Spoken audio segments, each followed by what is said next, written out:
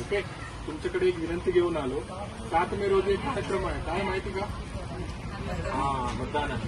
तो आपण सगळे लोक सुरक्षितपणे किंवा कुठल्याही अडचणी न येता मतदान करणार, त्यासाठी आम्ही सगळी व्यवस्था केलेली आहे. तर तुमची प्रत्येक पोलिंग स्टेशनमध्ये पिण्याचं पाणी, शेड आहे. गरोदर माता असेल ते एखादा म्हातारी किंवा दिव्यांग लोक असेल तर त्यांना रांगे नाही, डायरेक्टली जाऊ शकतात. ओके. तर आमच्या विनंती एवढंच आहे की 7 मे रोजी जास्तीत जास्त लोक आपण बाहेर पडून तुम्ही मतदान करावं असं आमचं विनंती आहे. ऊन असलं तरी सकाळच्या आणि संध्याकाळच्या आहे, जास्त ऊन नसणार नाही, बसणार आहे. असलं तरी आम्ही शेड आणि बाकी वेटिंग हॉलची पण आता व्यवस्था करत आहे. तर आमचं विनंती आहे सगळ्यांना की सगळ्यांनी जास्तीत जास्त लोक येऊन मतदान करावा. याच्यासाठी आम्ही एक आव्हानपत्र तयार केला आणि तो सगळ्यांना देतोय.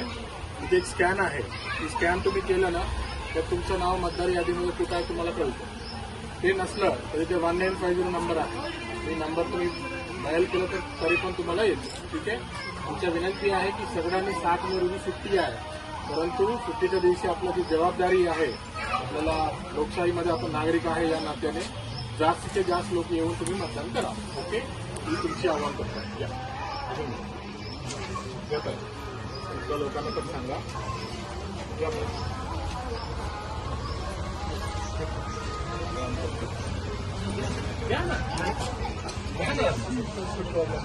आहे.